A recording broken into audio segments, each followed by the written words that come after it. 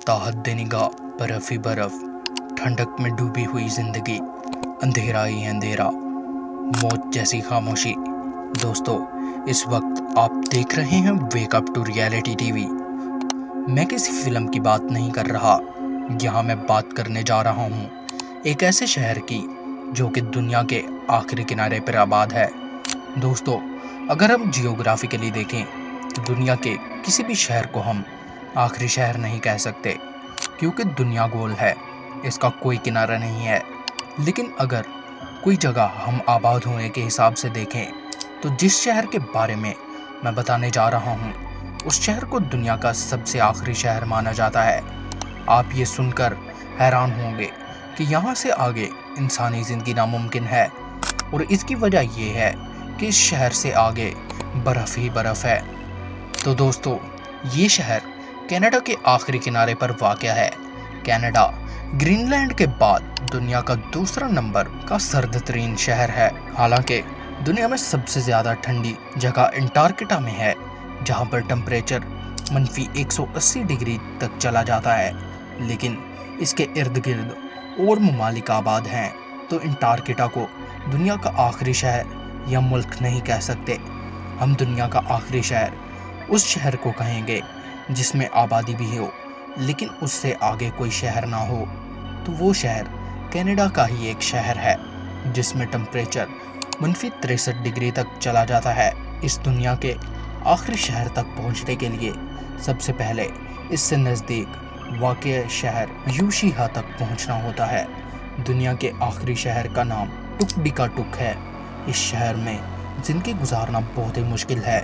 इस शहर की टोटल आबादी 1000 अफराद पर मुश्तमिल है, और इन 1000 अफराद में से भी सिर्फ 400 लोग यहाँ मुस्तकिल तौर पर रिहाइश पजीर हैं, और बकिया 600 लोगों का यहाँ आना जाना लगा रहता है। दोस्तों, इस शहर का टोटल रकबा 74 किलोमीटर है, लेकिन इस शहर का आबाद रकबा जहाँ पर लोग आबाद हैं वो सिर्फ 11.7 किलोमीटर है, यानी ये एक बहुत ही छोटा शहर है।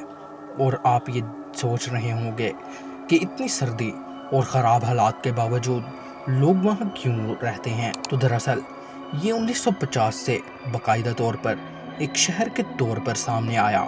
1956 से कबल ब्रिटिश एम्पायर ने अपनी सरहदों की हिफाजत के लिए यहाँ एक फ़ौजी छावनी बनाई थी। 1950 में ही उन्होंने यहाँ पर अपनी सरहद जाहिर करने के लिए इस जगह को एक शहर का नाम दिया था, और इस वक्त भी इस शहर की आबादी तकरीबन 700 के लगभग थी। यहाँ टेम्परेचर अक्सर मनफी 63 तक जा गिरता है, लेकिन इसके अलावा एक और मुश्किल भी है। यहाँ 2 या 3 माह तक सूरज नहीं निकलता, मतलब आपको अंधेरे ही में 3 माह गुजारने होते हैं। दोस्तों, क्या आप ऐसी ज़िंदगी गुजारने का तसव्वुर भी कर सकते हैं? अगर आप सेहत के लिए इस शहर में आना चाहते हैं तो आप ये बात ज़हन नशीन कर लें कि आपको आगे नहीं जाना, क्योंकि इससे आगे आइसलैंड है जो कभी नहीं पिघलता। पता नहीं यहाँ कितने बरसों से ऐसे ही बर्फ़ जमी हुई है, और इतनी ज़्यादा ठंडक में सेहत का मतलब मौत है। दोस्तों, दुनिया के इस आखिरी शहर से आगे बहरे आर्कटिक शुरू हो जाता है। ये दुनिया का तीसरा बड़ा समंदर है जो कभी ज़रूर बहता समंदर होगा, लेकिन तकरीबन 1 सदी से ये एक आइसलैंड है। यहाँ के मनफी 63 डिग्री टेम्परेचर ने इस समंदर को जमा दिया है। अब इस समंदर की याद में एक एंटीक कश्ती ही रह गई है।